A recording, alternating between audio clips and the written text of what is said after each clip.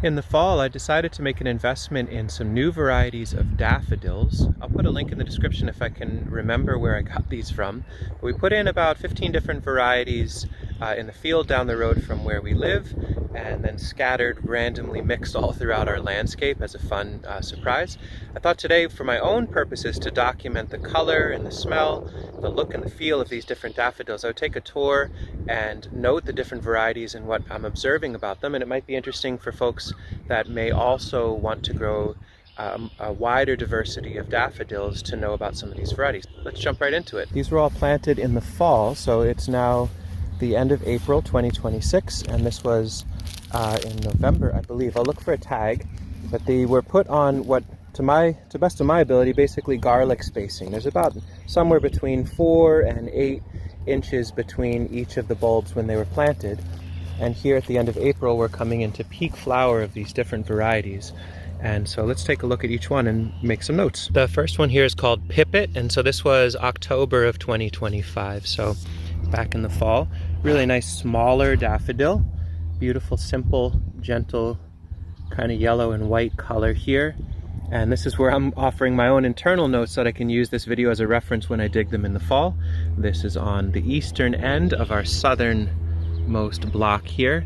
Really nice and uniform, and it looks like the flowers make doubles and in some cases triples, so that's kind of neat. The next one in this row, so just west of Pippet, is Sweet Love, and these are kind of remarkable. So the color is simple and gentle. It's white with a nice interior of a golden color there.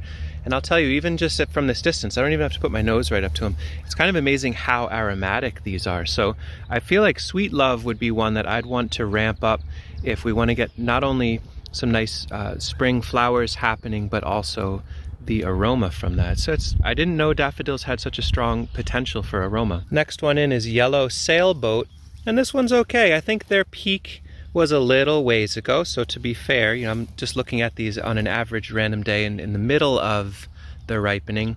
They're pretty diminutive, yellow all the way through, and kind of wrapping it up. So I feel like this is a smaller one. This Yellow Sailboat seems like a smaller type of flower, a little bit earlier than the other ones.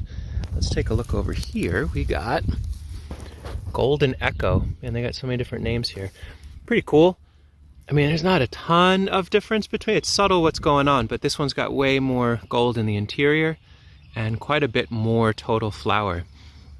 I think what I'd like to do, we probably will be offering daffodils in the future. We'll see if we can do them this year or maybe next, but I want to continue to ramp these up, keep the different varieties so we know who we're working with, but then what we offer is just like a really, really diverse mix, so you get tons of different ones in here. Daffodils, for what it's worth, I think are an incredibly valuable ally plant. They're very early in the season. They get the soil biology waking up. They get movement happening in the earth. And they're also very, very repulsive or toxic to creatures like voles, rabbits. I don't think deer touch them. So, for example, they're on the edges of this bed. In the interior of this bed is planted out to hazelnuts. They're little seedling hazelnuts that will come up in the interior.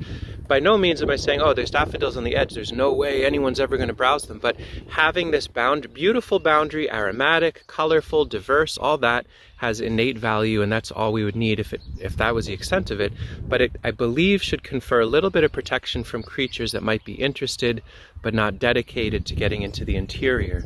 So having daffodils slowly but surely become a boundary planting for fields like this would be both beautiful and probably very functional. Here we've got one called Sunlight Sensation, and this is very clearly a much later variety. And so I don't really have much to offer as far as notes here. Maybe I would do a follow-up, but it looks like it's going to be quite yellow or golden all the way through.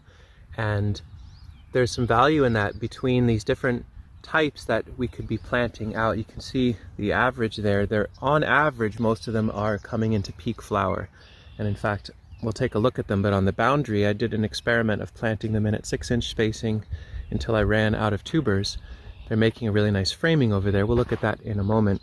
But then having some follow-up where you've got your peak crop happening and then more, the one that finished up earlier, it looks like we might get a few weeks of really nice flower out of all these different varieties if they were mixed together. It's neat to see that the timing of dandelions and daffodils are not super far apart. So the dandelions are just getting ready to come into their peak flower, which is telling me that the warmth of the soil, the temperature of the soil, is getting close enough for potatoes to start happening soon.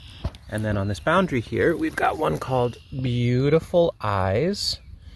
And there we go. Whoa, yeah, that's cool. Really, really colorful in the interior there.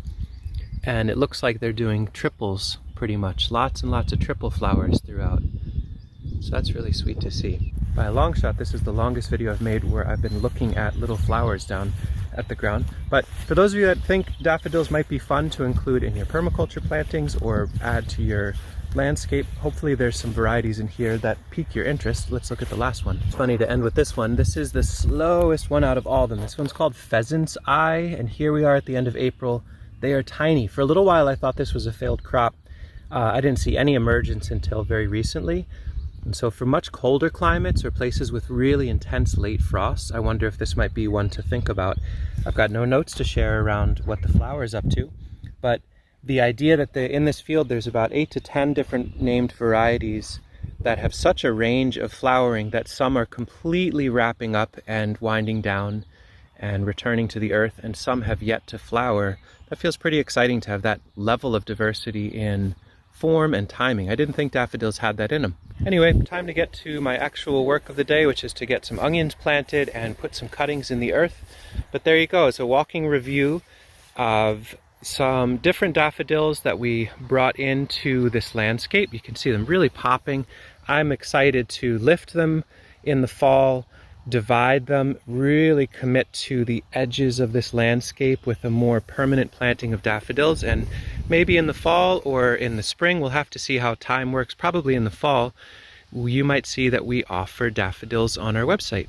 So that might be really fun to have out into the world. Thanks for wandering with me in the daffodil fields. Take care.